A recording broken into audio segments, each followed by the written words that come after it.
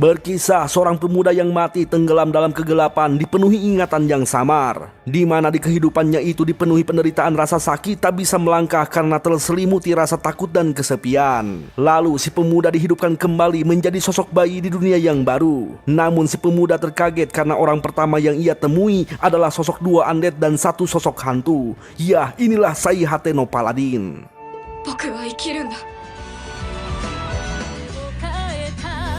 Jangan lupa subscribe. Jangan lupa changcut ban.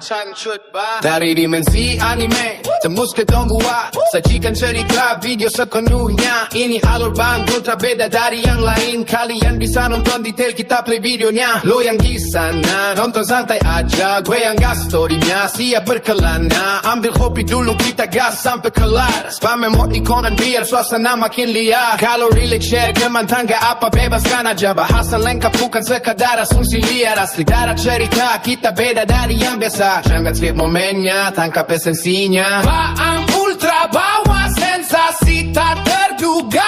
Diklik dulu like-nya dan subscribe-nya. Kalau seru share ke squad kita hype bersama. Yo, check it. Ya, kini si pemuda hidup diberi nama William. Meski saat ini Will tidak bisa berbicara, namun dirinya bisa memahami semua perkataan Ciwi Undead ini yang bernama Mary. Sungguh alangkah terkejutnya Will ketika diajak keluar kuil melihat pemandangan indah di atas kota. Sontak Will tiba-tiba bergenang air mata, mengira dirinya telah masuk ke alam neraka atas hukuman di dunia sebelumnya yang hidup asal-asalan tanpa harapan. Namun nyatanya tidak, di mana Will telah diberi kesempatan hidup satu kali lagi di dunia yang baru. Maka dari itu saat ini Will bertekad tidak akan menyia-nyiakan hidupnya lagi. Setelah tumbuh cukup besar, Will diberikan pelajaran-pelajaran yang tidak pernah ia ketahui. Seperti yang kita lihat, Will diceritakan sebuah sejarah dunia ini oleh sosok hantu penyihir bernama Augustus yang dipanggil Gus, di mana dewa pertama telah menciptakan bumi dari mana yang padat, sedangkan mana yang melayang dan menipis menciptakan sebuah langit. Lalu dewa yang lainnya pun bermunculan menciptakan air, api, angin, pepohonan, dan yang lain-lainnya hingga muncul dewa jahat. Kemudian Gus menunjukkan sebuah penciptaan dari dewa perintis, yaitu kalimat yang memiliki kekuatan, lebih tepatnya sebuah mantra yang bisa memunculkan sihir.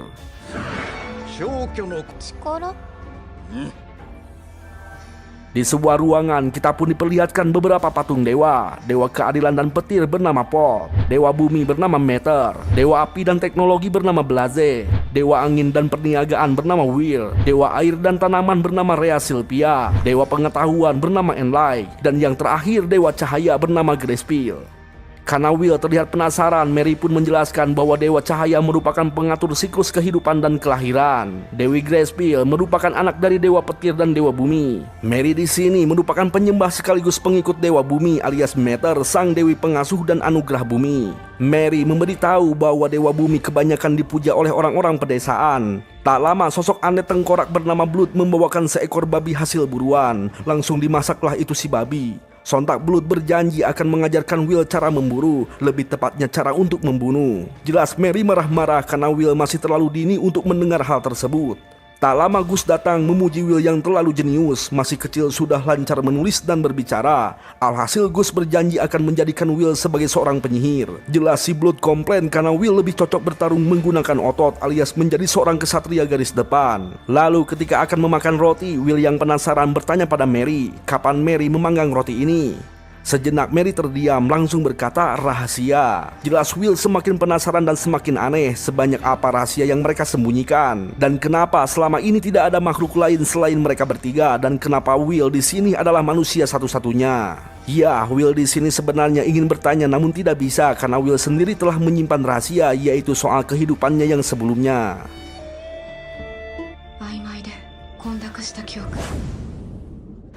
Ketika Will sudah tumbuh cukup gede, Will diajarkan pengembangan otot dan stamina oleh Blood. Will bertanya kenapa harus berlatih otot, bukannya lebih baik berlatih kemampuan. Sontak Blood menjelaskan bahwa otot akan mungkin terpisah dari tubuh, sedangkan kemampuan ada kalanya jadi tidak berguna. Maka dari itu sebagai langkah awal Will harus mengembangkan otot dan stamina, setelahnya barulah berlatih kemampuan. Kemudian Will diajarkan mantra sihir oleh Gus. Will kena marah karena terlalu besar mengeluarkan sihir. Itu karena sihir yang besar bisa membunuh diri sendiri jika hilap. Maka dari itu Gus menyarankan Will untuk menguasai sihir-sihir kecil yang efisien dan akurat. Tapi ingat, kualitas sihir ditentukan bukan oleh mantra, melainkan intuisi. Gus memperjelas bahwa setiap masalah tidak harus diselesaikan dengan sihir, melainkan bisa dengan uang. Jelas heranlah itu si Will menyebut Gus mata duitan. Sontak Gus memperjelas kembali bahwa uang memiliki kekuatan yang sangat kuat, di mana uang bisa membeli, memperkerjakan, dan menghasilkan. Lebih tepatnya uang sama pentingnya dengan sihir. Jelas makin bingunglah itu si Will. Malam harinya Will diberi pelajaran mengenal makhluk buas oleh Mary, di mana keluarga dewa tirani dan kekerasan terdiri dari roh halus dan dedemit. Bahkan para iblis yang datang dari neraka terdalam, termasuk dewa keabadian undead bernama Stagnet. Mary di sini bercerita bahwa dirinya, Blood dan Gus telah menjalin kontrak dengan Stagnet hingga menjadi undead yang abadi, dan hal tersebut merupakan sebuah pengkhianatan pada para dewa baji. Esok harinya Will diajarkan cara untuk memburu. Terlihat Will di sini tidak tega untuk membunuh makhluk hidup. Lantas Blood menjelaskan bahwa sebagai seorang pejuang bertahan hidup harus mengesampingkan rasa simpati dan harus membunuh dalam sekejap agar tidak menyakiti. Hal itu dilakukan karena makhluk tersebut merupakan makanan untuk kita yang ingin bertahan hidup. Setelah cukup umur, Will diajarkan pertempuran yang sesungguhnya, yaitu berduel melawan Blood. Will dipersilakan untuk menggunakan sihir yang diajarkan Gus.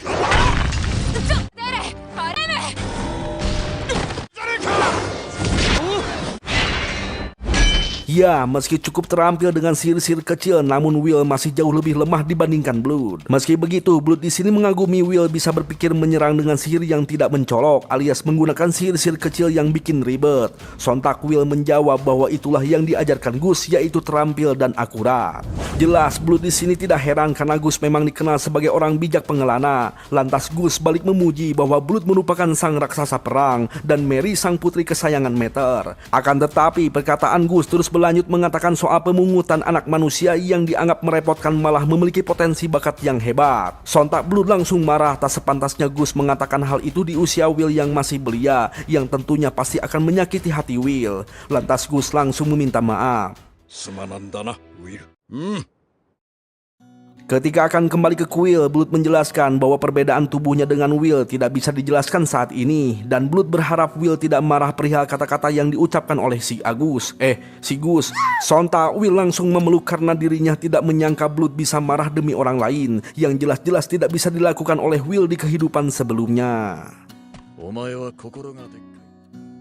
Saat ini Will bersyukur bisa menikmati kesehariannya bersama mereka bertiga. Namun di sini Will sangat penasaran kenapa Mary sewaktu-waktu selalu mengurung diri di kuil, dan ketika itu Will dilarang masuk ke dalam kuil. Lalu setelah selesai latihan bersama Blood, teringat Mary yang mengatakan rahasia perihal pemanggangan roti. Will memberanikan diri mengecek apa yang dilakukan Mary selama ini. Dan sungguh tidak disangka terlihat Mary sedang terbakar kesakitan di sebuah ruangan. Sontak Will berusaha menyelamatkan Mary. Alhasil kini Will terluka parah di lengannya. Jelas Mary merasa bersalah karena telah merahasiakan semua ini dari Will.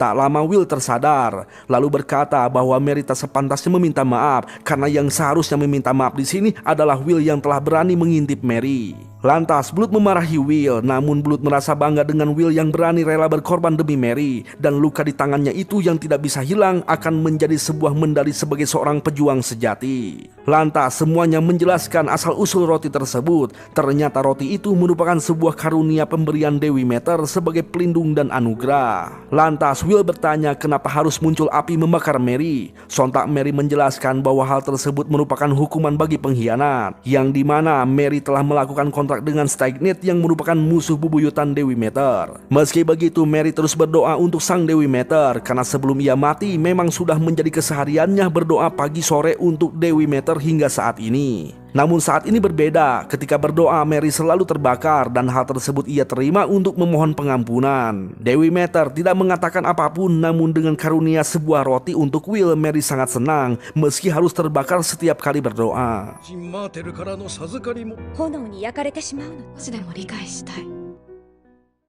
Nah, sebelum kita lanjut ke cerita, kita diperlihatkan kembali pembahasan Gus saat Will masih belia mengenai sang patung dewa yang ada di kuil ini, di mana pencipta pertama dihancurkan oleh dewa jahat yang ia ciptakan sendiri hingga terjadi perang antar dewa. Lantas patung dewa yang berdiri di kuil ini, apakah mereka dewa baik atau bukan? Gus menjelaskan bagi manusia mereka itu adalah dewa baik karena mengikuti cerita rakyat yang tersebar. Misalnya, Pot yang merupakan dewa keadilan dan ketertiban dianggap baik, sedangkan dewa perang bernama Iltrid dianggap jahat. Tapi jika ketertiban kacau, maka bisa saja Pot menjadi dewa jahat, dan ketika Iltrid menggulingkan Pot ketika itu, maka Iltrid akan dianggap dewa baik. Kesimpulannya, antara jahat dan baik bisa diatur oleh golongan orang-orang yang meyakini mereka. Nah, Gus di sini menegaskan bahwa para dewa memiliki pemikiran yang tidak bisa dijangkau oleh manusia. Lebih tepatnya, tidak bisa diukur oleh kejahatan dan kebaikan yang dimiliki manusia.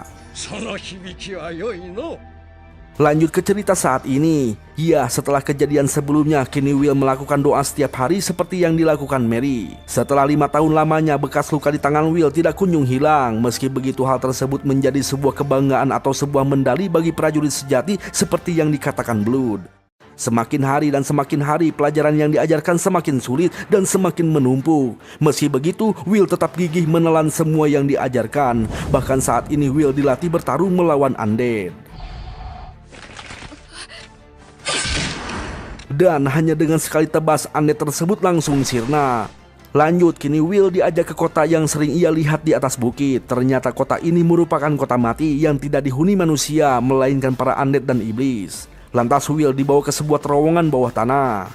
Blood menjelaskan tugas Will saat ini harus bertahan hidup dan harus berhasil keluar dari terowongan ini sendirian. Sontak Blood langsung meninggalkan Will.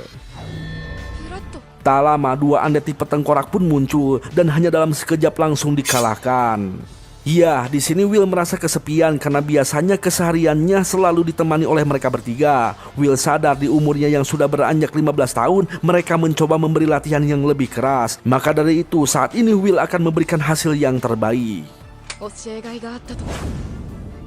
Setelah berjalan jauh, Will menemukan sosok undead tipe kadal yang disebut Prakus. Bahayanya, kadal tersebut bisa menggunakan mantra sihir. Meski begitu, Will takkan gentar menguji kemampuan yang telah diajarkan. Will mematahkan mantra si kadal, lalu gercep langsung menyerang. Ya, meski pedangnya patah, namun karena kerusakan yang fatal, si kadal langsung musnah. Alhasil karena tidak memiliki senjata, Will mengambil tombak milik si kadal. Setelah itu Will lanjut berjalan, namun apa yang terjadi kali ini yang muncul bukan kadal, bukan tengkorak, bukan cicak, melainkan si Gus maksudnya gitu. Jelas Will senang bisa bertemu di sini, namun apa yang terjadi?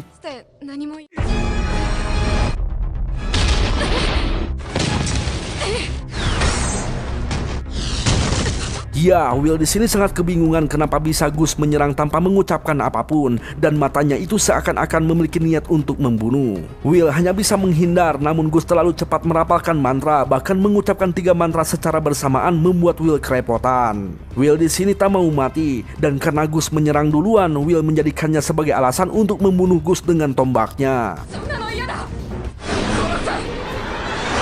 Namun meski begitu, Will tetap tak sanggup bila harus membunuh orang yang mengasuhnya selama ini. Will tahu kalau Gus takkan mungkin membuat lelucon seperti ini. Maka dari itu, jika ini serius, Will memilih untuk menyerah. Lebih baik dibunuh daripada membunuh. Tiba-tiba Gus berubah ekspresi menjadi kasihan terhadap Will dan mencoba memperbaiki hati Will. Kemudian mengajak Will untuk pulang.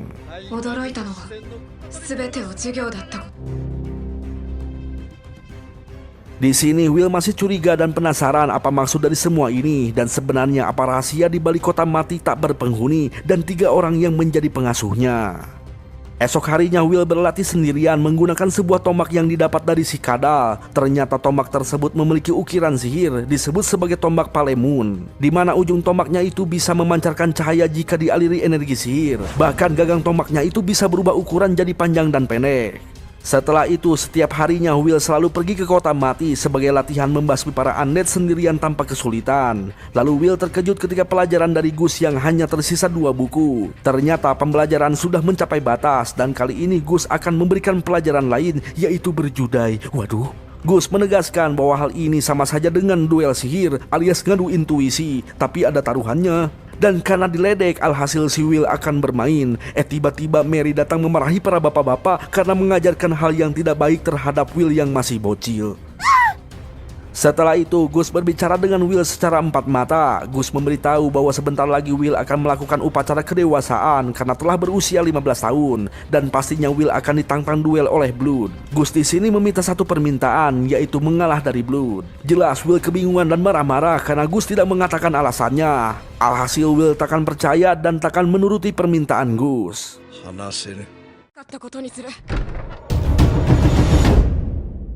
Ketika Will sedang melamun sendirian, Mary dan Blood datang menghampiri, lalu memberitahu bahwa Will harus memilih salah satu dewa untuk menjaga di upacara kedewasaan nanti. Sontak Will meminta sebuah saran, lantas Mary memberitahu bahwa Dewa Volt disembah oleh banyak orang. Lantas Will kembali bertanya kenapa Mary menyembah Dewi Meter, kenapa Blood menyembah Dewi Blaze, dan kenapa Gus memilih Dewa Will sang Dewi Angin. Sontak Blood memberi penjelasan bahwa dirinya bersumpah pada Dewa Blaze karena ingin berlatih setiap hari untuk menjadi kuat. Lalu Mary menjelaskan bahwa dirinya hanya mengikuti apa kata hatinya. Sedangkan Gus memilih Dewa Angin karena ingin merasa bebas melakukan hal yang disuka. Oleh karena itu Gus tidak menyembah Dewa Ilmu Pengetahuan yang seharusnya menjadi penjaganya karena tidak mau dikekang. Ya, Blood di sini menyarankan untuk memilih dewa yang diinginkan dan bersumpah agar mendapat karunia. Namun Will jangan sampai memilih dewa yang disembah hanya sesaat saja.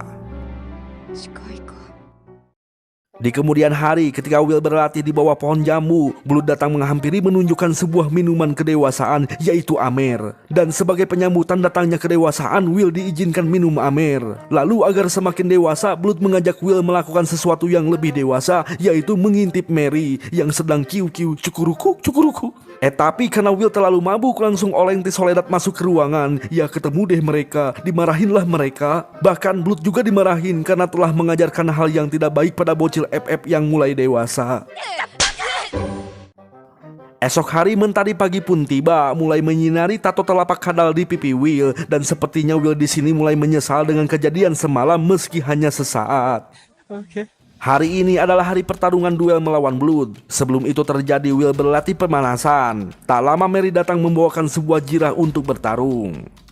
Setelah itu Will menghampiri Blood yang sudah siap untuk berduel. Blood menjelaskan aturan bertarung, di mana Will tidak boleh menggunakan sihir dan tidak boleh membunuh dengan seketika. Dan Mary di sini bertugas untuk menjaga bila terjadi hilap dalam pertandingan. Setelah penjelasan selesai, mereka pun mulai bertarung.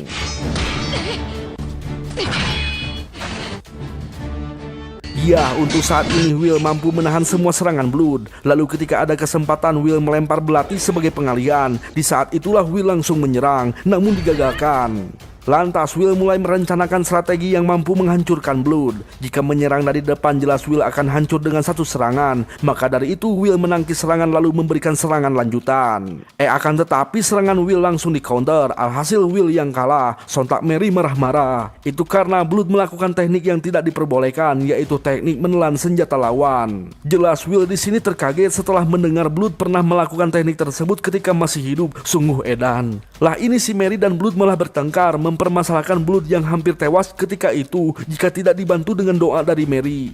Lalu ketika Blood mengejek Will yang kalah, langsung digetoklah itu sama si Mary. Nah setelah itu Blood pun langsung memberi saran bahwa teknik bertarung milik Will sangat berbeda dengannya. Namun meski berbeda, tetap saja memiliki dasar yang sama. Maka dari itu Will jangan pernah melupakan apa yang diajarkan oleh Mary dan Blood. Lantas karena kebersamaan ini, Will tiba-tiba memanggil mereka berdua sebagai ayah dan ibu. Sontak sebagai orang tua, Blood memberikan sebuah hadiah perpisahan berupa pedang iblis yang disebut Operator. Blood menjelaskan bahwa pedang tersebut memiliki ukiran mantra yang rumit, namun sudah dipastikan pedang tersebut memiliki efek spell pump, di mana damage yang diberikan pada musuh akan menjadi vitalitas penyembuhan terhadap si pemegang pedang. Blood di sini berpesan untuk tidak terlalu bergantung pada sebuah kekuatan pedang, karena jika begitu diri Will akan semakin lemah. Dan karena Will kini sudah dewasa, sudah waktunya Blood akan menceritakan semua rahasia yang tidak bisa dikatakan ketika Will kecil. Jelas Will sangat menantikan hal itu. Pertama-tama Blood menceritakan sebuah kisah Raja Iblis yang ingin menghancurkan benua ini 200 tahun yang lalu, di mana raja-raja dari ras iblis menyapu semua manusia yang ada di benua ini, yaitu benua Saltmark, dengan tujuan memburu manusia untuk mempersembahkan pada para dewa, yaitu Dewa Illithrid dan Dewa Keabadian, yaitu Stagnet. Dikala itu para dewa baik tidak tinggal diam, mengutus pengikutnya untuk melawan. Blood menjelaskan bahwa dirinya tidak mengenal benua lain selain Saltmark. Yang ia tahu hanyalah raja tertinggi dari para raja iblis di di Southmark. Raja tertinggi itu mampu menciptakan banyak prajurit iblis dari darahnya dan menciptakan komandan iblis dari dagingnya yang tergores. Sang Raja Iblis tertinggi mengimpasi kota-kota lewat jalur air dan menguasai Southmark dengan terus-menerus menciptakan iblis. Dan yang paling merepotkan, Sang Raja Iblis tertinggi itu tidak bisa mati. Lantas ketika dunia sedang frustasi, Augustus sang orang bijak pengelana memiliki sebuah rencana dengan mengatakan waktunya untuk membunuh Sang Raja Iblis tertinggi. Perlu diketahui, pedang operator yang dipegang Will merupakan pedang milik Sang Raja Iblis tertinggi.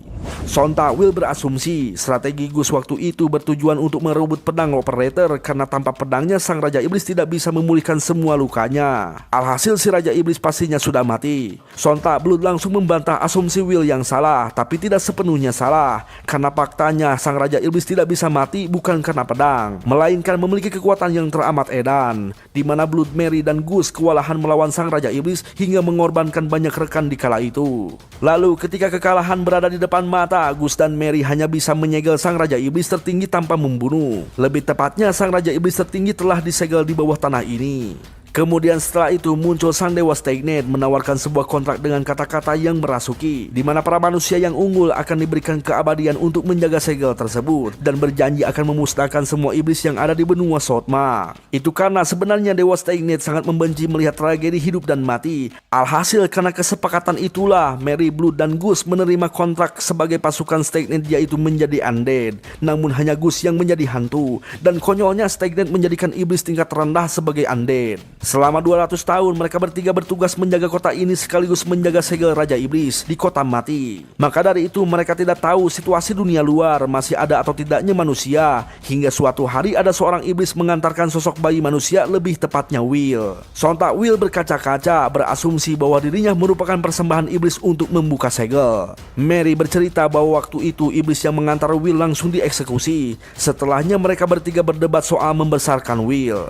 Meski begitu, kehadiran Will menandakan bahwa di dekat sini pasti ada pemukiman manusia. Lantas Blood memberi saran bahwa untuk saat ini dan kedepannya Will harus bertambah kuat. Sontak Will langsung bersemangat akan pergi berpetualang sampai ke penjuru negeri dan berjanji akan kembali ke kota mati, lalu menghidupkan kembali kota mati ini menjadi pemukiman manusia. Lalu tiba-tiba Mary memeluk memberi saran untuk menjadi lelaki yang kuat dan selalu berdoa menjadi orang yang baik. Sontak Will terheran karena merasa kalau perkataan mereka seolah-olah seperti sebuah kata perpisahan yang tak mungkin bisa bertemu lagi. Lalu tak berlangsung lama, tiba-tiba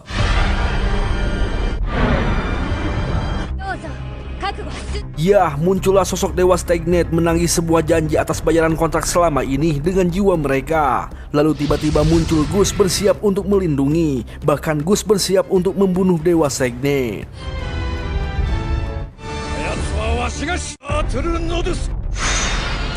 Ya, sesuai dengan karakternya, Gus memunculkan sihir-sihir kecil yang bikin ribet, mengunci sang dewa lalu disambut dengan sihir pemusnahan yang sangat edan. Alhasil sang dewa langsung musnah begitu saja. Namun itu bohong, sang dewa muncul kembali membelah Gus menjadi dua, bahkan menumbangkan Blood dan Mary dalam sekejap. Ternyata sang dewa sebelumnya telah membagi bagian tubuh menjadi dua. Alhasil sang dewa tak sepenuhnya musnah. Di sini sang dewa memuji kemampuan Gus sebagai penyihir yang hebat. Lantas sang dewa berterima kasih pada Will yang membuat ketiga undead ini kehilangan perhatian terhadap sang Raja Iblis tertinggi. Lebih tepatnya hanya berfokus untuk membesarkan Will. Lalu ketika Will terpuruk, Stagnet memberikan penawaran hidup kekal abadi agar bisa terus bersama dengan ketiga undead yang sudah dianggap sebagai orang tua. Stagnet akan menunggu jawaban Will sampai besok malam. Kini Will membawa para undead ke dalam kuil. Sekarang Will paham apa maksud dari perkataan dan kelakuan Gus yang mencoba membunuh Will. Ternyata Gus tidak ingin Blood dan Mary hilang perhatian terhadap raja tertinggi. Saat ini Will semakin terpuruk tak kuasa menahan kesedihan atas pengorbanan mereka bertiga. Di mana Will hanya bisa terdiam tak bisa melakukan apapun, sama persis dengan kehidupan yang sebelumnya, yang selalu merepotkan orang tua tanpa melakukan balas budi hingga mereka meninggal. Esok harinya di pagi hari, Will terkejut melihat mereka bertiga hidup kembali. Lantas Blood menyuruh Will untuk segera pergi dari kuil ini, karena Will sudah dewasa dan sudah waktunya untuk berpetualang. Dan semua pelajaran yang telah diajarkan anggap saja sebagai hadiah. Sontak Will langsung menangis karena tidak bisa menjadi seseorang yang bisa diharapkan oleh mereka bertiga. Will di sini akhirnya bercerita bahwa di kehidupan yang sebelumnya Will merupakan orang yang tidak berguna, tidak bisa melakukan apapun untuk kedua orang tuanya. Will hanyalah menjadi anak yang merepotkan sebelum mereka meninggal. Dan saat ini setelah hidup kembali, Will bukannya menjadi lebih baik, malah sama saja menjadi orang yang tidak berguna, tidak memiliki kemampuan dan hanya bisa diam seperti sampah. Sontak Mary langsung menampar Will, lalu berkata, "Gertakkan gigimu." Mary takkan mungkin bisa memaafkan jika Will menyakiti diri sendiri beranggapan sebagai sampah. Mary tahu Will adalah orang yang gigih dan selalu antusias, maka dari itu jangan pernah goyah hanya karena mendengar omongan dari Steignet. Dan Will jangan pernah menyesal hanya karena mengingat masa lalu. Sontak Mary berteriak dengan kencang, menyuruh Will untuk lebih kuat lagi, bukan hanya secara fisik tapi juga secara mental. Hai, boku wa mou daijoubu da. Minna o mamorasete kudasai. Setelah itu Will berdoa pada Dewa Baik. Will meminta perlindungan untuk melawan Steignet. Kemudian Will kembali menemui Steignet yang sudah menunggu atas jawaban Will. Will memberikan sebuah jawaban, yaitu penolakan. Itu artinya Will siap mati untuk membunuh Steignet. Sontak Steignet memanggil para undead dengan jumlah ratusan.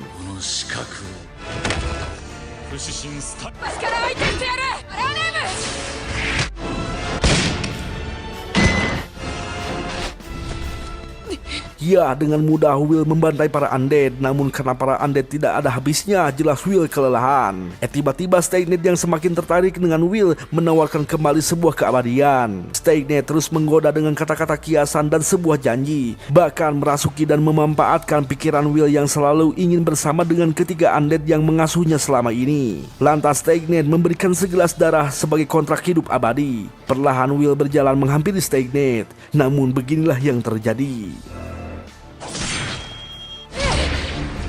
Ya, lagi-lagi Will menolak, langsung menembas Steignet dengan pedang iblis, dan setiap damage yang diberikan menjadi efek pemulihan terhadap Will. Namun Will lagi-lagi terpojok karena sosok ular yang tiba-tiba melilitnya, dan karena racunnya itu Will langsung pingsan.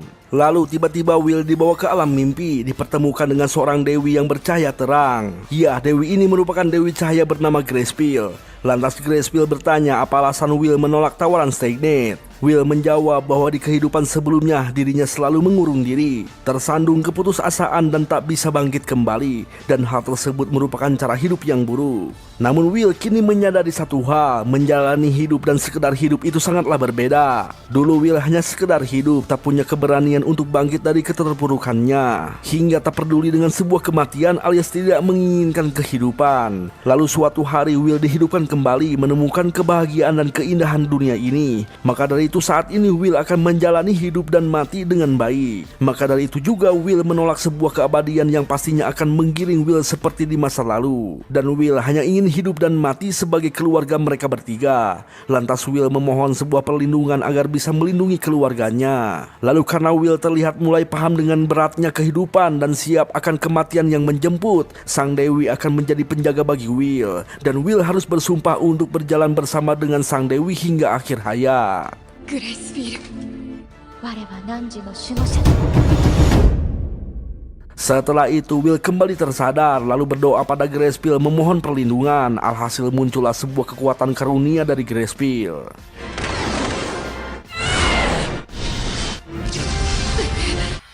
Namun apa yang terjadi? Steignet tiba-tiba menghilang entah kemana. Will kembali berpikir kenapa Steignet mencoba kabur. Tiba-tiba muncul Gracepil memberi isyarat. Will mulai menyadari bahwa Steignet sedari awal memang mengincar para ketiga undead. Sontak Will langsung bergegas menggunakan skill kecepatan menuju ke Will. Will berasumsi bahwa Steignet telah mengetahui bahwa Will yang sudah mendapatkan karunia dari Gracepil mampu mengirim para undead ke siklus reinkarnasi. Maka dari itu Steignet ingin mengambil jiwa mereka. Namun sepertinya Will takkan sempat. Lalu tiba-tiba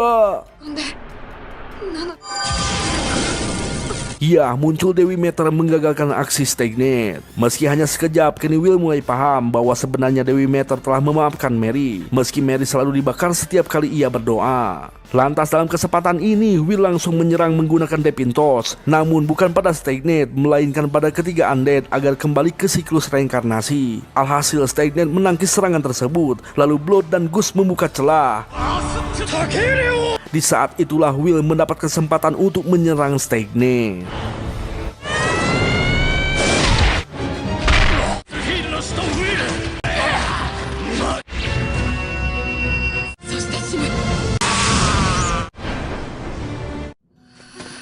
Ya, momen ini menjadi sebuah kebahagiaan bagi mereka. Lantas untuk merayakan kemenangan ini, Gus akan mengambilkan Amer yang tersimpan ratusan tahun lalu. Tapi Will merasa momen ini seperti sebuah perpisahan, padahal Stagnet sudah mati. Bukankah seharusnya momen ini akan terus berlanjut? Namun itu salah, karena keabadian merupakan kontrak dari Stagnet. Itu artinya para undead akan mati selamanya. Namun Blood dan Mary bersyukur telah diberi sedikit waktu oleh Sang Dewi untuk mengucap perpisahan pada Will. Ya, Will di sini mencoba tegar dan kuat menerima kepergian mereka, meski sebenarnya Will masih ingin melihat mereka ketika pulang nanti setelah berpetualang. Dan Will ingin mereka berdua melihat seorang cucu suatu hari nanti. Ya, Will di sini harus kuat karena sudah sewajarnya orang tua pergi lebih dulu sebelum anaknya.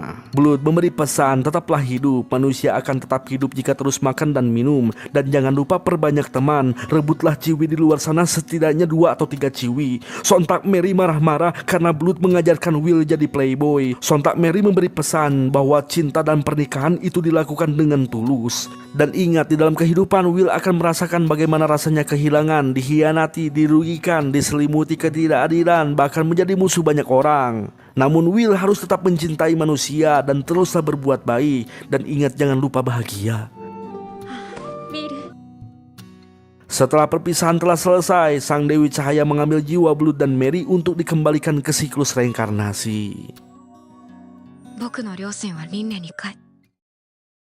Ya, setelah itu di pagi harinya Will memakamkan mereka berdua dan mendoakan mereka berdua. Tapi Gus di sini masih hidup, bro. Lantas si Agus marah-marah karena ditanya kenapa kagak mati. Lah ini si Will malah bercanda ingin menguasai harta si Gus jika mati. Makin marahlah itu si Agus. Ya, meski begitu Gus mengerti bahwa candaan ini hanya sekedar untuk mengobati hati yang kehilangan. Lantas Gus memberikan sekantung perhiasan. Gus berkata perhiasan tersebut bukan diberikan, melainkan dihutangkan, yang dimana Gus berharap Will sukses dengan modal tersebut di dalam pertualangannya nanti. Gus pun menjelaskan bahwa dirinya telah menjadi bawahan Grayskull, maka dari itu dirinya masih hidup dalam wujud hantu selama 10 tahun ke depan. Sedangkan Blood dan Mary menolak untuk hidup karena ingin beristirahat untuk selamanya. Meski sebenarnya mereka berdua itu merengek menangis karena tak mau berpisah dengan Will. Lantas Will bertanya apa yang akan terjadi dengan segelnya setelah 10 tahun berlalu. Gus hanya menjawab bahwa Will harus mencari jalannya sendiri. Dan Will harus menanggung beban berat karena pengikut Dewi Grayskull semakin menurun. Itu artinya masa depan Dewi Grayskull ada di pundak Will.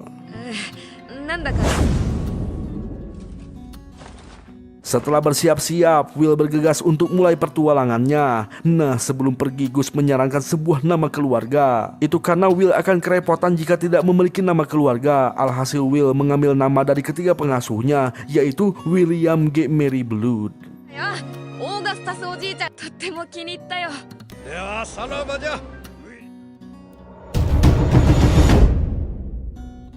Nah, sebelum kita lanjut ke cerita, kita diperlihatkan kisah Mary dan Blood ketika zaman perang melawan iblis. Mary dan Blood berhasil menumpas iblis penjaga di Southmark dan menguasai wilayah tersebut, sedangkan Gus sedang bertempur di wilayah lain. Kemudian Blood melarang Mary untuk ikut melawan Raja Iblis tertinggi. Jelas Mary komplain karena dirinya akan ikut berjuang bersama-sama. Blood menjelaskan bahwa dirinya tak sanggup jika melihat kematian Mary. Sontak Mary meminta Blood untuk berkata jujur, bilang saja kalau aku mencintaimu gitu. Tapi Blood merasa memalukan jika seorang kesatria mengatakan hal itu. Lantas Blood berkata, jika perang ini telah usai, saat kembali nanti mari kita cari tempat yang damai lalu menikah. Jelas hal tersebut merupakan damage yang paling tinggi dibandingkan dengan kata-kata cinta. Dan saat itulah mereka mulai membayangkan memiliki seorang anak laki-laki, dan Blood sudah mempersiapkan sebuah nama, yaitu William. William dah. Lanjut ke cerita saat ini. Kini Will sudah mulai berkelana keluar dari kota mati. Hingga saat ini Will hanya menemukan sosok iblis, tak ada satupun manusia yang ia temui. Bahkan hanya terdapat sebuah desa yang hancur terbengkalai. Will berdoa pada jiwa-jiwa yang tersisa untuk kembali ke siklus reinkarnasi. Lalu karena Will tidak bisa melintasi sungai, Will mengambil jalan memutar lalu berkemah di malam hari. Perkemahannya selalu dilindungi menggunakan mantra anti nyamuk, anti kadal, anti ular, dan anti tetangga. Ya, soal makanan Will selalu dikaruniai sebuah roti setiap kali ia berdoa. Di pagi hari Will melanjutkan perjalanan mengikuti arus sungai dan berharap menemukan sebuah pemukiman manusia. Lalu tiba-tiba Ya, kali ini Will menemukan sosok binatang bukan iblis. Tak lama muncullah seorang elf yang ternyata babi tersebut merupakan buruannya. Lantas agar tidak dicurigai sebagai musuh, Will berbicara menggunakan bahasa elf lalu bernegosiasi soal buruan. Yang dimana Will ikut andil membunuh babi tersebut. Alhasil elf tersebut menerima negosiasi sebagai aturan pemburuan. Will di sini sedikit berbincang sambil memotong daging. Lalu karena jeroan babi gampang busuk, mereka berdua berbagi dengan cara dimasak alias mukbang bersama. Ya, terlihat si elf ini terheran ketika Will berdoa. Will berasumsi kalau si elf ini bukan orang yang religius. Nah, setelah makan, ketika akan berpisah, Will menanyakan jalan menuju pemukiman manusia. Jelas si elf ini terheran balik bertanya orang mana ini si Will. Ya, Will bergumam di dalam hati tak mungkin mengaku bahwa dirinya berasal dari kota mati. Alhasil Will menjawab bahwa dirinya berasal dari wilayah selatan. Jelas si elf makin heran karena daerah ini adalah titik paling ujung daerah selatan, yaitu hutan buas di benua Southmark. Lantas si elf berasumsi bahwa si Will ini seorang petualang yang tersesat. Alhasil si elf memberitahu bahwa jika menelusuri sungai ini selama 2 hari ada sebuah kota kecil pemukiman manusia di ujung sana. Lantas Will ingin berkunjung ke desa kediaman si elf, tapi si elf ini malah marah, memperingati Will untuk tidak mengikuti dirinya. Sontak si elf menunjukkan sebuah roh peri untuk menerangi jalan. Jelas Will terkejut karena baru pertama kali melihat sosok roh peri. Sebelum pergi, Will memperkenalkan diri dan si elf ini bernama Meneldor, dipanggil Menel. Ketika malam tiba, Will kembali berkemah. Will sangat senang bisa bertemu dan berbincang dengan Menel meski hanya sebentar. Kemudian ketika Will tertidur, tiba-tiba Gracefield memberi sebuah peringatan di mana Menel sedang dalam bahaya. Sontak, Will langsung bergegas menelusuri jejak Menel dengan sebuah mantra. Terlihat ada sebuah desa kecil dan ada 2 penjaga yang merupakan manusia. Lalu ketika merasakan ada sebuah serangan, Will langsung melindungi mereka berdua. Ternyata desa Menel ini akan dihancurkan oleh para bandit. Namun setelah melihat anak panah itu, Will telah salah sangka ternyata Menel bukan dalam bahaya, melainkan Menel adalah pelaku yang akan menghancurkan desa ini. Dan karena Will dianggap sebagai penghalang, Menel berniat untuk membunuh Will. Namun karena para warga mulai menyadari ada bandit, Menel berniat untuk kabur. Sontak Will langsung mengejar menggunakan sihir akselerasi. Lantas Menel menyerang Will menggunakan roh peri mengguncang pijakan Will. Namun hanya dengan sekali injak, roh tersebut langsung berhenti. Will bergumam bahwa inilah kekuatan otot yang diajarkan Blood. Kemudian Menel menyerang dengan roh api langsung disebet. Dan dalam sekejap Will berada di depan bebenguk si Menel. Alhasil kini si Menel dan para antek-anteknya langsung diikat. Jelas John yang menjaga desa ini berterima kasih karena merasa telah terselamatkan oleh sosok Will. Ya, sesuai info yang didapat Will, wilayah ini merupakan hutan buas di benua Southmark, dikendalikan oleh kerajaan Pertile, namun otoritas kerajaan tidak sampai ke desa ini. Itu artinya desa ini merupakan pemukiman para penjahat atau buronan tanpa keluarga yang disebut sebagai desa pengembara. Dan orang-orang yang ditangkap ini merupakan warga desa tetangga yang berusaha merampas kebutuhan untuk di musim dingin nanti. Tapi ada yang aneh di sini. Sebenarnya Menel adalah petualang terkenal di desa ini karena sering membantu menaklukkan hewan-hewan buas yang menyerang. Tak lama seorang tetua desa datang bernama Tom. Lantas Will memperkenalkan diri sebagai pengikut Dewi Gracefield yang telah mendapatkan karunia. Lalu karena para warga riuh soal para bandit, Tom memberikan penyelesaian dengan integrasi untuk mendengar alasan mereka dan hukuman yang akan ditentukan. Alhasil para bandit ini pun mulai bercerita di mana desanya telah diserang oleh iblis. Mereka melakukan ini karena terpaksa harus melindungi para anak-anak dan warga lainnya yang kelaparan bahkan tak punya tempat untuk berteduh. Kemudian Menel mengaku bahwa semua ini atas perintahnya. Menel beralasan semua ini dilakukan karena ingin membalas budi pada nenek Maple. Lantas Menel akan menerima semua hukuman dan ingin membebaskan rekan-rekannya yang tidak bersalah. Akan tetapi para warga menginginkan menggantung semuanya dan hal tersebut pun disetujui oleh Tom. Will bergumam di dalam hati bahwa Menel dan kawan-kawannya pantas mendapatkan hukuman atas semua yang telah dilakukan meski itu terpaksa. Namun Will teringat perkataan dari Mary bahwa Will harus mencintai manusia apapun yang terjadi, dan perkataan Blood yang harus tetap maju harus percaya pada hasil akhir. Dan untuk menyelamatkan mereka, Will teringat perkataan Gus di mana sihir paling edan di dunia ini yaitu duit alias uang yang mampu menyelesaikan masalah apapun. Lantas Will bernegosiasi akan membayar atas hukuman mereka dengan uang, lebih tepatnya menebus mereka semua. Will menjelaskan bahwa iblis merupakan musuh bebuyutan sang ibu dan dirinya sudah bersumpah pada Gracefield akan menyingkirkan kejahatan dan menolong orang-orang yang berduka. Maka dari itu Will akan memerangi desa mereka yang telah diambil oleh iblis dan Will akan memperkerjakan Menel. Jelas Tom dan John terheran karena yang diuntungkan di sini cuma pihak warga desa ini saja. Sontak Will hanya memberitahu bahwa sang Dewi Gracepil akan terus memperhatikan siapa saja yang memiliki itikat baik. 小さく微笑んだ気がした。 Lanjut, kini Will mulai menyembuhkan para warga yang mengungsi. Setelah itu, Will bersama Menel bergegas menuju desa yang telah direbut oleh para iblis. Tapi di sini Menel terkaget ketika Will berkata akan menyerang langsung dari depan. Ketika hari mulai gelap, Menel memanggil roh peri untuk menutup sekitaran dengan pepohonan agar aman saat berkemah. Ketika sedang makan, Menel berbincang dan menganggap kalau Will ini adalah anak yang manja alias diasuh dengan baik, tidak seperti Menel. Di sini Menel menegaskan bahwa tugasnya hanya sekedar mengantar, lebih tepatnya tidak akan ikut bertempur melawan iblis.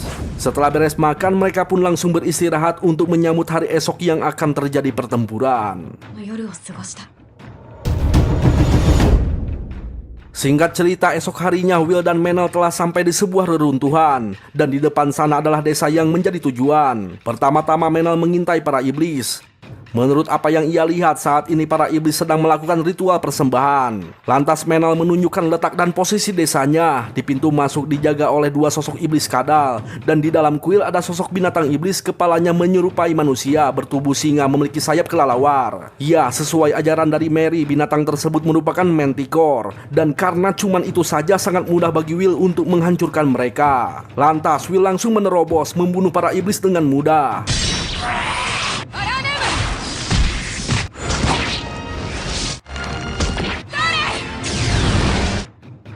なかったの？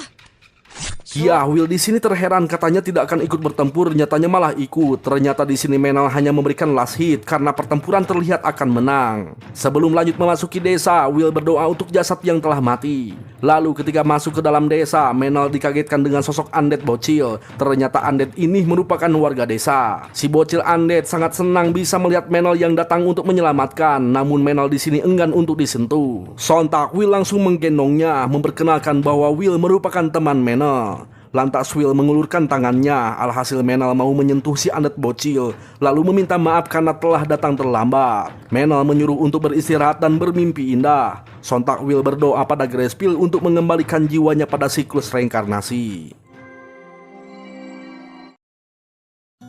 Setelah itu tiba-tiba Menel meminta maaf karena telah meremehkan Will. Menel mengira Will hanyalah bocah yang selalu dimanja. Alhasil kini Menel semakin berani untuk menyentuh para undead yang ada di sini dan mengucap kata-kata perpisahan. Kemudian jiwa-jiwa mereka kembali pada siklus reinkarnasi.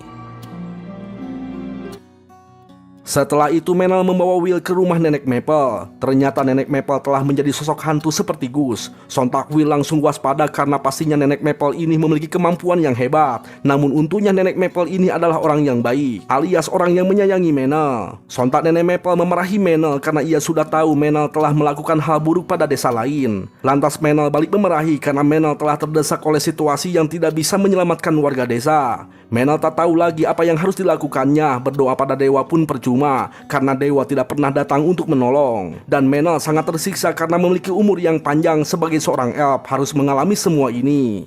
Lantas Nenek Maple memberitahu bahwa saat inilah waktunya bagi Menel untuk merubah hidupnya yang tak berarti menjadi berarti. Nenek Maple mengingatkan bahwa meski Menel sangat membenci sang dewa, namun sang dewa selalu menyayangi Menel dan selalu memantau bahkan memberi penerangan untuk jalan Menel, meski Menel sebenarnya tidak pernah menyadari akan hal itu. Sontak Nenek Maple meminta Will yang merupakan pendeta dikaruniai oleh Dewa Cahaya untuk menjaga Menel yang sebenarnya bukan orang jahat, mungkin lebih tepatnya berteman dengan Menel.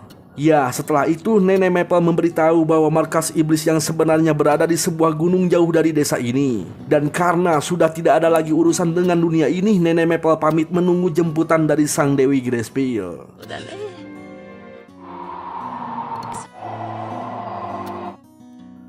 Setelah itu, Will dan Menel mengumpulkan para mayat yang tersisa lalu mendoakan mereka semua.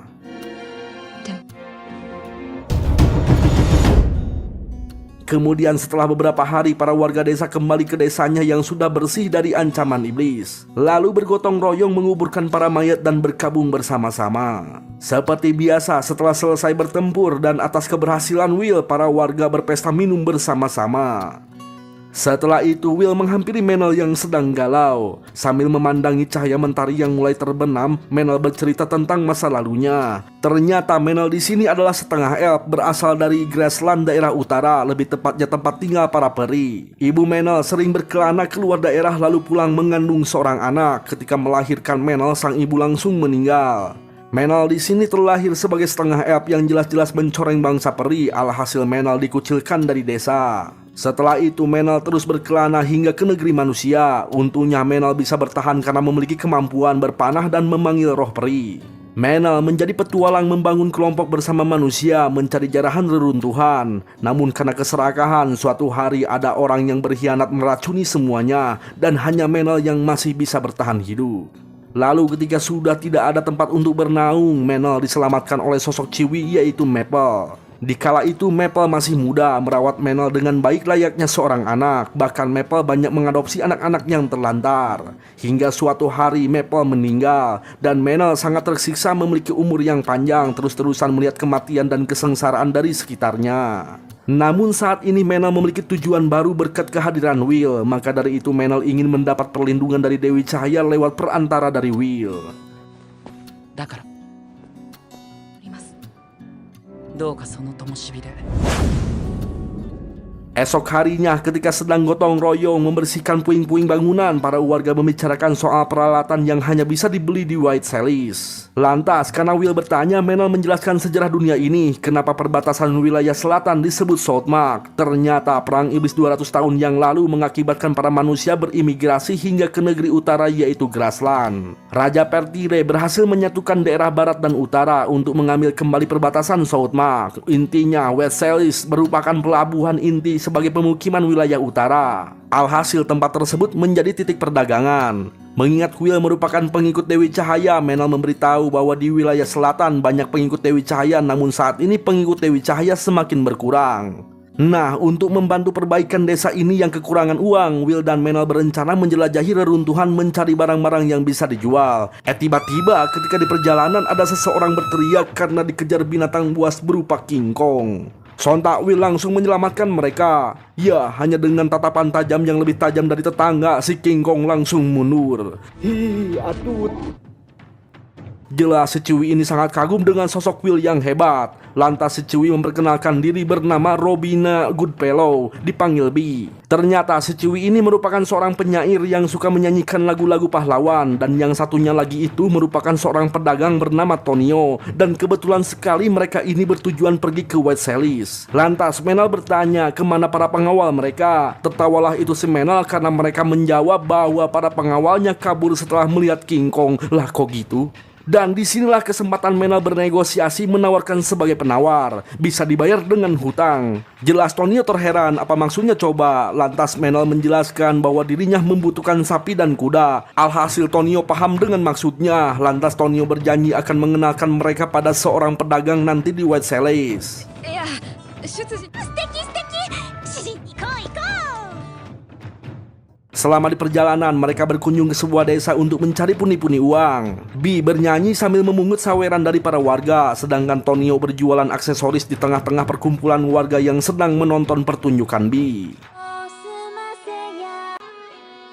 Lantas supaya bisnisnya lancar, Tonio memberikan sebuah penawaran di mana Will menyembuhkan luka kecil dari para warga dengan bayaran harus membeli aksesoris yang dijual Tonio. Sungguh cerdas. Setelah itu mereka tiba di sebuah wilayah yang disebut Wet Road. Dan karena hari mulai gelap, mereka singgah di sebuah bangunan kosong.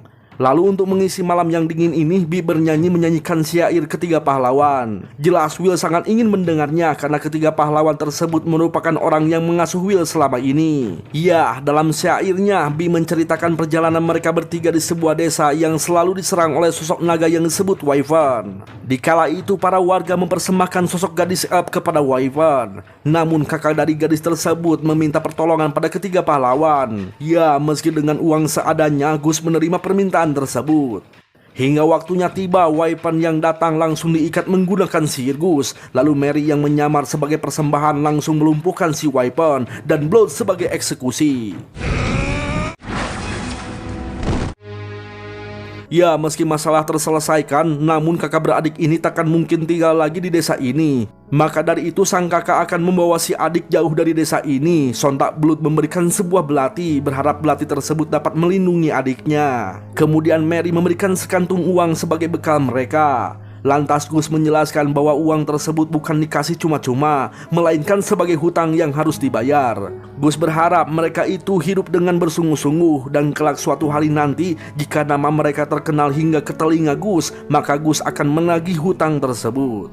Ya, waktu pun terus berlalu. Si bocah kini telah hidup di sebuah kerajaan Pertile, dan si gadis elf ini masih menunggu kedatangan Gus untuk mengembalikan apa yang sudah dipercayakan pada dirinya, sekalian ingin mengucapkan terima kasih. Sontak Will yang mendengar sejarah tersebut langsung bergenang air mata, tak kuasa menahan haru. Dan disinilah Will sangat senang mengetahui bahwa ketiga pahlawan masih dikenang oleh banyak orang. 嬉しいのです。 Esok hari pagi pun tiba. Ketika Will sedang berlatih, Tonio datang mengajak Will untuk berbincang. Awalnya Tonio membicarakan soal gerakan Will yang rumit ketika menggunakan tombak, dan Tonio mengetahui bahwa tombak tersebut merupakan mahakarya dari seorang kurcaci pembuat senjata. Setelah itu Tonio membicarakan soal tujuan dari hidup. Menurut Tonio, Will di sini sangat misterius, terlihat seperti bangsawan karena memiliki banyak uang, tapi memiliki ilmu pengetahuan yang banyak dan kekuatan yang hebat, tidak seperti bangsawan pada umumnya. Malahan Will di sini nampak seperti kesatria suci. Maka dari itu di sini Tonio ingin mendengar apa tujuan dan keinginan Will, atau mungkin Will adalah perantara dewa. Lantas Will memberitahu bahwa dirinya telah mendapatkan karunia dari Dewi Cahaya, dan Will ingin mengetahui dunia ini lebih luas. Dan satu hal yang paling diinginkan, yaitu Will ingin memiliki seorang teman. Ya, kehadiran Menel di sini nampak seperti bukan teman, karena Menel menganggap Will sebagai pendeta seolah-olah memiliki derajat di atasnya. Yang Will inginkan adalah seorang teman yang menganggap setara. Ya, di sini Tonio paham apa maksud dari Will. Setelah itu Tonio memberikan sebuah makanan, yaitu sate keju, yang rasanya enak sekali, cocok untuk sarapan di pagi hari bagi mereka. Ya, karena tetap bagi saya sarapan yang paling cocok itu adalah bubur ayam make kerupuk cingloba make lada seetik lah, enak mantap. Lanjut. Setelah itu mereka melanjutkan perjalanan. Tonio di sini memberitahu bahwa White Celis dipimpin oleh seseorang yang brilian, yaitu adik dari sang raja Pertile bernama Ethelbrad Rex Pertile, yang unggul dalam sastra serta bela diri, dan berkat politiknya Ethel berhasil memperluas hingga ke wilayah selatan. 一つの象徴。 Singkat cerita, Will telah sampai di White Celis. Berkat kebijakan Ethel, tidak ada biaya pajak dan pemeriksaan ketika memasuki wilayah. Namun untuk transportasi ekspor dan impor barang pasokan dagang semuanya melewati jalur air, dan dikenakan biaya operasional pajak dermaga untuk menghindari keterlambatan dan penyelundupan penumpang gelap. Ya, di sini Will sangat takjub melihat kota yang maju berkat otoritas terhadap ekonomi warga, dan yang paling bikin takjub di sini yaitu sebuah pemandian umum yang ada saunanya. Tapi saya nggak ada penampakan melon di sini, bro. Setelah mandi, Will mencicipi makanan yang disajikan di sebuah restoran. どれも美味しくて。 Kemudian Will mengunjungi sebuah kuil untuk berdoa. Will terkaget kagum ketika melihat kuil yang begitu besar dan megah. Lantas Will memperkenalkan diri pada seorang pendeta sebagai pengikut Dewa Cahaya yang ingin bertemu dengan pendeta tertinggi di kuil ini. Namun Will diragukan karena pengikut Dewi Cahaya sangat jarang sekali di kuil ini. Lantas si pendeta ini memberitahu bahwa para pendeta tertinggi sedang ada urusan di luar wilayah untuk mengatasi para monster yang menyerang di berbagai tempat. Tak lama datanglah kepala kuil bernama Bagley memarahi si pendeta yang malah ngobrol dengan Will. Lantas Will memperkenalkan diri sebagai pendeta yang dikaruniai Dewi Gracepil. Tapi Will di sini malah dicurigai karena pengikut Gracepil sudah lama menghilang. Sontak Will ingin menunjukkan berkat dari sang dewi. Alhasil Will langsung diketawain sama si Bagley karena seorang pendeta tak sewajarnya memamerkan berkat dari sang dewi. Lantas Bagley meminta penjelasan ajaran dari sang Dewi Cahaya. Sontak Will berkata di mana cahaya membuktikan bahwa kegelapan itu ada, kata-kata membuktikan bahwa kesunyian itu ada, dan kehidupan membuktikan bahwa kematian itu ada. Sontak Bagley menyuruh si pendeta untuk mencatat nama Will di dalam daftar kuil ini. Tiba-tiba pendeta ini malah bergosip membicarakan Bagley yang suka berpesta dan bersenang-senang, bahkan jarang sekali berdoa di kuil ini. Kemudian Will bersama teman-temannya beristirahat di sebuah kamar yang disediakan oleh kuil ini. Tak lama terdengar sebuah lonceng pertanda bahaya.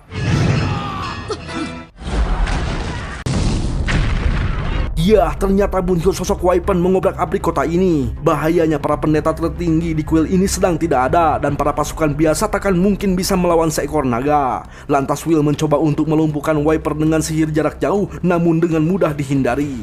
Lalu ketika Will akan menyerang secara membabi buta, Menel memarahi Will karena jika begitu Will akan kelelahan dan kehabisan energi. Sontak Will teringat perkataan Gus untuk menggunakan sihir-sihir kecil yang terampil dan akurat. Alhasil kini Will dan Menel bekerja sama untuk melumpuhkan sosok Wyvern. あの3人が守合唱戦印象モラント今季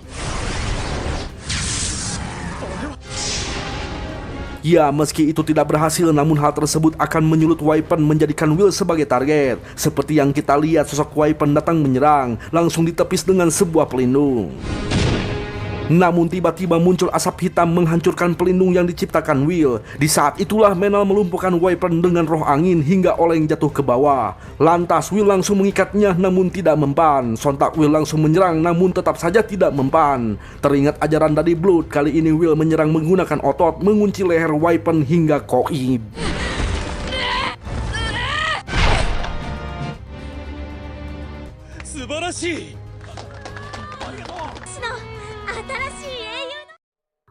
Ya, kabar kejadian ini telah sampai ke telinga Ethel. Lantas Ethel menyuruh bawahannya untuk memanggil Will, sang pembunuh Wyvern. Will dan Menel langsung menghampiri Ethel. Ternyata Ethel di sini ingin mengucapkan terima kasih dan akan memberikan sebuah hadiah pada Will yang sudah menyelamatkan White Celis dari ancaman Wyvern. Will ditawari hadiah boleh meminta apa saja. Setelah berpikir cukup lama, Will meminta suatu bantuan berupa pasukan untuk menyerbu dan memusnahkan para iblis yang menyerang desa. Jelas Ethel keberatan karena itu tidak mungkin. Melawan sosok Wyvern saja sudah tidak sanggup apalagi melawan iblis. Ethel sangat menghormati permintaan dari sang penyelamat wilayah ini. Namun jika memang tidak bisa dikabulkan, terpaksa Ethel akan mengakhiri ini dengan cara membunuh Will jika diperlukan. Ya, Will di sini terus memikirkan kata-kata yang tepat pada Ethel.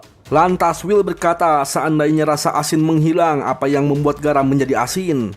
Jika orang yang memiliki cahaya menerangi di siang hari, apa yang ia terangi oleh cahaya tersebut? Will memberikan jawaban bahwa orang itu yang memiliki cahaya pasti akan berinisiatif pergi menuju kegelapan. Sama halnya dengan Will yang percaya sebagai cahaya oleh Gracefield untuk menerangi orang-orang yang meratapi kegelapan dan menunjukkan jalan bagi mereka yang mau mengikutinya. Will memohon pada Ethel untuk memberikan izin mengumpulkan pasukan dan melakukan kegiatan apapun di White Celis. Ethel menjawab bahwa hal tersebut nampak seperti jalan menuju keputusasaan dan meski itu berhasil pun akan mendapatkan banyak kerugian.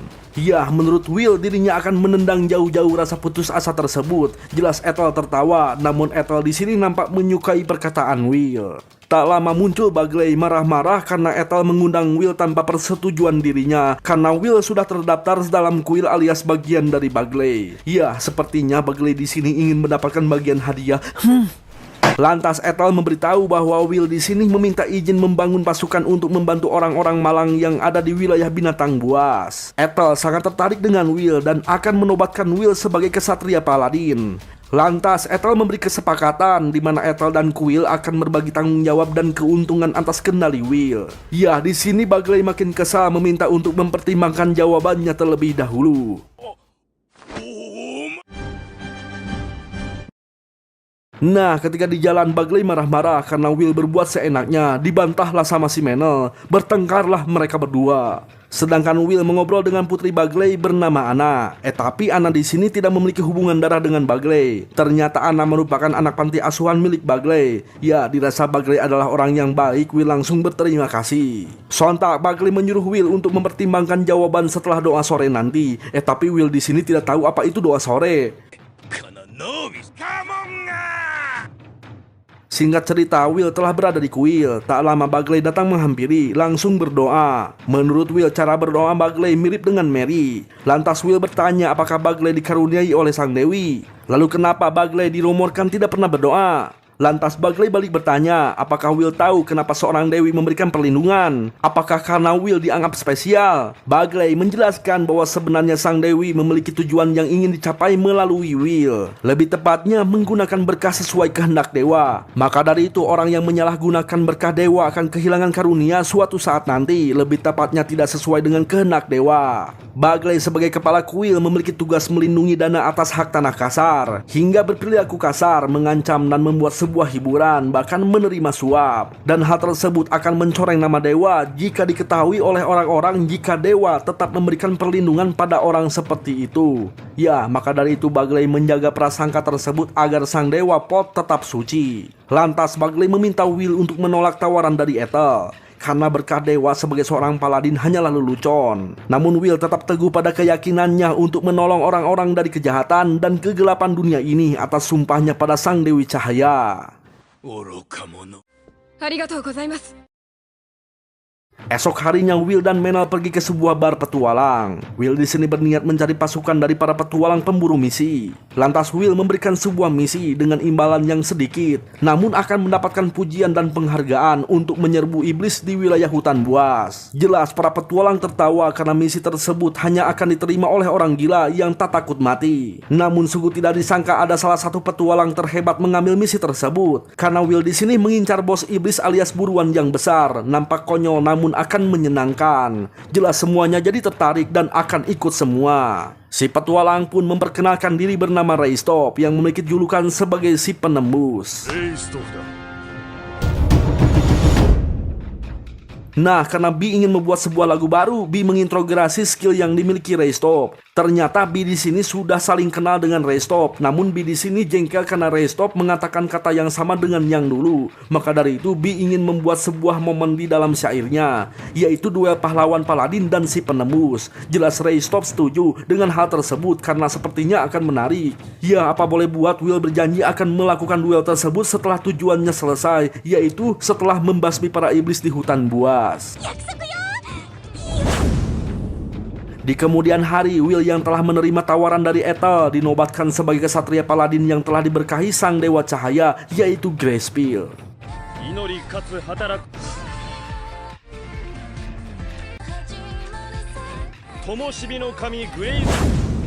Setelah itu, Will dan para pasukan petualang mulai berangkat menuju desa di hutan buas. Berkat Tonio, mereka berhasil mengumpulkan sumbangan bagi desa-desa yang miskin. Dan sesuai dengan rencana, Will membawakan peralatan yang diperlukan di desa tersebut. Bukan hanya itu, Ana dan para pendeta Ciwi yang lainnya pun ikut membantu menyembuhkan para warga desa yang terkena penyakit. Sementara Raystop dan kawan-kawannya berkelana menumpas para iblis di luar desa. Will bersama Ana mengatasi dan menengahi masalah-masalah yang ada di desa. Lalu bagaimana dengan Bi? Ya, Bi di sini bertugas menghibur para warga desa dengan lagu syair-syair kepahlawanan. Setelah berhari-hari, kini suasana desa mulai berubah. Keamanan yang terjamin membuat para pedagang berdatangan. Sekarang Will mulai semakin paham arti kekuatan dari uang yang dikatakan oleh Gus, di mana uang atau kemajuan ekonomi merupakan sihir paling edan yang mampu memberi kebahagiaan dan senyuman. Lanjut, tiba-tiba Raystop mengabarkan bahwa kelompok yang dipimpin oleh Pip untuk melakukan penjelajahan tak kunjung pulang setelah 10 hari. Jelas Will akan melakukan pencarian bersama petualang yang ada di sini, termasuk Raystop. Menurut Will, Pip yang terkenal cukup hebat takkan mungkin kalah hanya melawan hewan buas. Itu artinya mereka pasti berpapasan dengan iblis. Ketika sedang dalam misi pencarian, entah ada angin apa, tiba-tiba Menel berterima kasih pada Will karena telah memberikan tujuan baru di hidupnya. Lah ini si Will malah bercanda menyindir Menel untuk berbicara sambil menatap. Ya, setelah lama berjalan, akhirnya mereka menemukan mayat kelompok Pip yang bergeletakan. Namun mereka juga menemukan jejak kaki yang cukup besar. Dan anehnya kenapa mereka kabur ke dalam lembah ini. Lantas ketika melihat satu kepala, Will langsung menyuruh untuk mundur karena tempat ini merupakan jebakan. Lalu tiba-tiba, ya, benar saja, para iblis mulai mengepung dari segala arah. Menel mengeluarkan sihir penguat dari para petualang, sedangkan Will mengeluarkan sihir anti racun iblis. Namun apa yang terjadi, muncul sosok Chimera dari arah belakang. Alhasil Menel yang berada di belakang menjadi sasaran. Akibatnya situasi makin kacau. Will yang merapalkan mantra malah terkena serangan dirinya sendiri. Jelas Will merasa frustasi karena telah gagal menyelamatkan dan bertindak konyol. Lalu tiba-tiba Will mengamuk mengobrak-abrik para iblis menggunakan pedang iblis.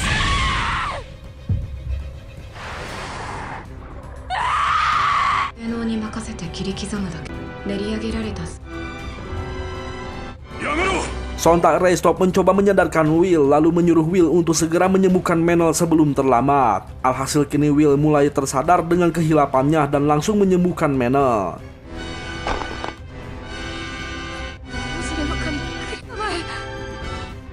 剣の力 Ketika Will tersadar, Will sudah berada di desa. Resto bercerita bahwa sebagian iblis telah kabur, terutama Chimera. Dan untungnya Menel telah selamat alias masih hidup. Namun hingga saat ini Menel belum sadarkan diri. 休め。 Will di sini terus memikirkan apa kesalahannya hingga terjadi sebuah kegagalan. Will sadar bahwa mentalnya terguncang ketika itu, dan Will merasa kurang waspada hingga masuk ke dalam lembah tanpa berpikir terlebih dahulu. Namun ada satu hal yang Will sadari, bukan dari taktik, melainkan tidak bisa mengukur kekuatan tempur. Dalam artian Will terlalu mempercayakan Menel yang dianggap kuat, namun nyatanya hanyalah beban, yang dimana Will terlalu naif memberikan tugas di luar kemampuan Menel hingga hampir membunuhnya. Maka dari itu Will akan pergi dan membantai semua iblis sendirian agar tidak ada lagi korban yang meninggal. Ketika berjalan, Bi dan Tonio datang menyapa. Namun di sini Will berperilaku dingin dan bilang pada mereka bahwa Will akan pergi menjenguk Menel. その旅してきたんだ Ketika sampai di kamar Menel, Will langsung mendoakannya, memberikan penyembuhan. Will merasa bahwa Menel yang terluka itu akibat kejahatan Will yang egois, ingin mendapatkan rekan yang kuat seperti para pengasuhnya, hingga membebani Menel. Lalu ketika muncul ingatan Will yang dulu, kini Will mulai sadar bahwa dirinya yang ingin berteman hanya karena takut kehilangan dan takut kesepian seorang diri. Maka dari itu Will takkan lagi mengikuti keinginannya yang egois, dan akan menjadi pedang bagi sang Dewi Cahaya sendirian.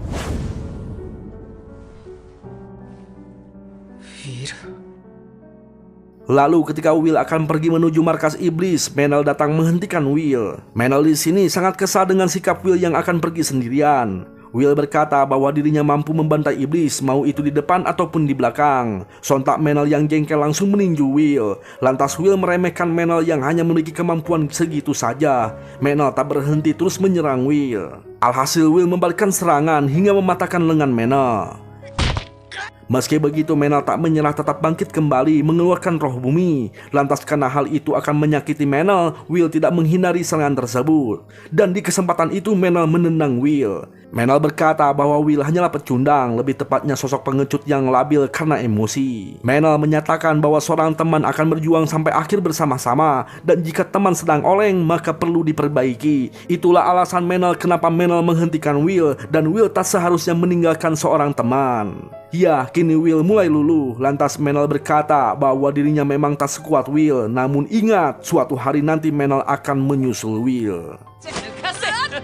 初めての友達との喧嘩 Setelah itu Will dan Menel kembali ke desa. Terlihat Bi begitu mengkhawatirkan Will. Kemudian Will menceritakan keluh kesahnya pada mereka semua. Ya, menurut Resto permasalahan tersebut hanya dimiliki oleh orang yang kuat, di mana orang yang sudah semakin kuat dan hebat akan menemui jalan buntu bahkan kematian. Ya, untungnya kini Will sudah tersadar dan meminta maaf. Alhasil kini suasana jadi tambah semangat dan bersiap untuk memenggal Chimera bersama-sama, bukan sendirian. 今イラは自然に発生しません魔獣の首は銀貨1枚 Di kemudian hari Will mulai menyusun pasukan. Sebagian pasukan ditugaskan untuk mengintai lembah sebagai persiapan untuk menyerang. Setelah itu Will mulai bergegas menuju lembah. Tanpa ada trik apapun, Will dan pasukannya menyerang langsung dari depan. Serangan pertama berupa panah dilapisi sihir api. Iblis yang lolos ditahan oleh tim perisai yang diperkuat dengan sihir dari Will. Setelah itu Will memberikan serangan akhir. 戦場は甘く割れてウィーター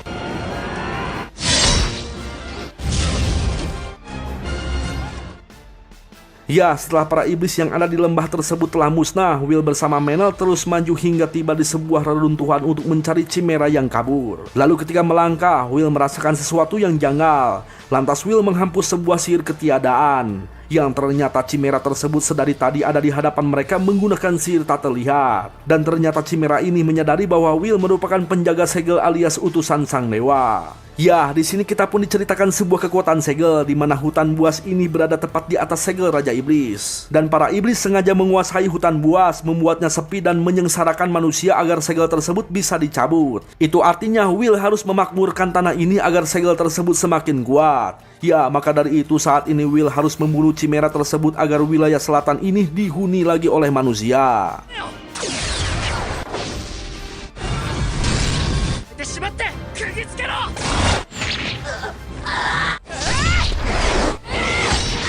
Ya, dengan sebuah kerjasama, satu kepala sudah ditumbangkan. Lalu ketika Chimera tersebut mengeluarkan asap iblis, sontak Will menyuruh Menel untuk menjauh.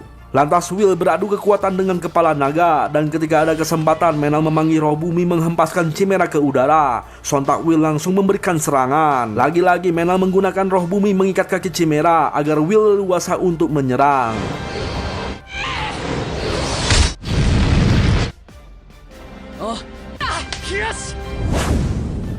Setelah itu Will dan Menel tiba di sebuah markas iblis. Tapi ternyata di situ sudah ada Restop yang sudah membunuh sosok naga Wyvern sendirian. お前たちが昨日レイストフ Ya, kemenangan Will ini menjadi syair lagunya B. Tapi Will jadi malu karena lagunya itu terasa melebih-lebihkan. Kemudian B juga akan membuatkan lagu untuk Menel, judulnya Menel yang Cantik. Komplainlah itu si Menel karena dirinya merupakan cowok. Alhasil kini judul lagunya pun diganti menjadi Meneldor, sang sayap tercepat. Setelah hutan buas aman dari iblis, para penduduk desa bergotong royong membangun sebuah kuil sebagai altar pemujaan dan persembahan kepada sang dewa cahaya, lebih tepatnya Dewi Graceful. Menel berharap untuk masa depan nanti Will menjadi pemimpin di desa hutan buas. Tapi Will menganggap itu sebagai lelucon karena Will hanyalah kesatria biasa. Lantas Menel memberitahu bahwa Will merupakan orang penting yang berjasa di desa ini. Bahkan Will merupakan utusan dewa. Itu artinya Will memiliki otoritas yang tinggi, sudah sewajarnya menjadi seorang pemimpin. Alhasil Will tidak bisa mengelak dan harus menyandang gelar sebagai pemimpin. Ya, meski jalannya akan sangat berat, namun Will akan memperjuangkannya. Dan selama ada teman-teman di sisinya, pasti akan menemukan jalan dari semua rintangan yang menghadang. Will berjanji suatu hari nanti akan kembali ke kota mati dan akan menjadikan kota mati sebagai kota yang makmur dipenuhi senyuman orang-orang. Tamat, ending yang membanggakan. Ya, segitu dulu bro ceritanya. Gimana, seru nggak anime ini? Ini cuman anime ya bro, bukan nyata bro. Nah, pesan apa saja sih yang kalian dapat dari anime ini? Menurut gue banyak sekali bro, tapi ada satu hal yang sangat mengena di hati gue, yaitu perbedaan dari sekedar hidup dan menjalani hidup. Hal tersebut seolah-olah mengingatkan kita untuk bersungguh-sungguh dalam hidup dan memiliki tujuan dari hidup. Lebih tepatnya hidup dengan baik dan mati dengan baik. Bukannya jadi terpuruk menjalani hidup asal-asalan alias tidak peduli dengan kematian dan kehidupan. Ya jadi wesi. Ya artinya halo para rebahaners, jangan lupa like dan subscribe-nya karena hal tersebut merupakan kekuatan bagi saya agar tetap membuat konten-konten terbarunya sambil menikmati secangkir kopi yang ditemani manisan melon, semangka dan buah-buahan lainnya. Ya, setiap konten yang ditonton ambil baiknya, buang buruknya. Terima kasih telah menonton. Sayonara, goodbye. Ingat, jangan lupa bahagia. Rau. Ya, segitu dulu. Bye-bye. Jangan lupa subscribe. Jangan lupa cangcut ban. Dari dimensi anime tembus ke gua, sajikan cerita video sepenuhnya. Ini alur bang ultra beda dari yang lain. Kalian bisa nonton detail kita play videonya. Lo yang di sana nonton santai aja, gue yang gas storynya siap berkelana. Ambil kopi dulu kita gas sampai kelar. Spam emoticon biar suasana makin liar. Kalau relax share teman tangga apa bebaskan aja. Bahasan lengkap bukan sekadar asumsi liar. Asli darah cerita kita beda dari yang biasa. Jangan skip momennya, tangkap esensinya. Bang ultra bawa sensasi tak terduga. Diklik dulu like-nya dan subscribe-nya. Kalau seru share ke squad kita hype bersama. Yo, check it, flashback singkat, gimmicknya lewat. Lu senyum tipis tim gue yang tepat. Mata panda edit video gak kelar-kelar. Tapi demi story semangat kita terus berkobar. 1, 2, lanjut bang.